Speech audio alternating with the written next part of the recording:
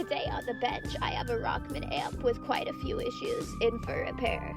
This Rockman was shipped to me after my customer saw some corrosion on the battery terminals and could not get the amp to turn on. I started by disassembling the Rockman and inspecting the battery contacts and board to get a better idea of how bad the corrosion damage was, and unfortunately, it was pretty bad.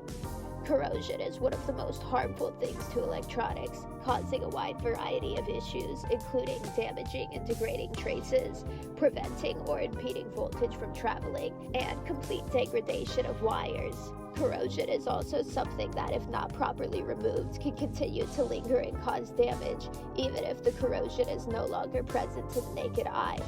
Corrosion on battery boards with wires like this can also allow for the corrosion to actually work its way up through the wire and carry the corrosion to other boards in the amp. In order to ensure that I remove all of the corrosion, I removed and replaced the old battery springs as well as the wires with brand new ones. I then removed all of the old solder and scraped away all of the corrosion on the traces. I then sprayed an acid neutralizer on the battery board and let that sit. After removing the acid neutralizer, I then began installing trace jumpers to ensure that the voltage would have a good mechanical connection to move through. After I finished rebuilding the battery board, I then turned my focus to the electrolytic capacitors.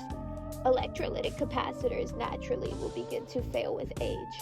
It is recommended that you replace the caps in your amp every 10 to 15 years to prevent things such as bulging caps, like you see here, leaking caps, or even exploding caps, which could be a death sentence to your amp.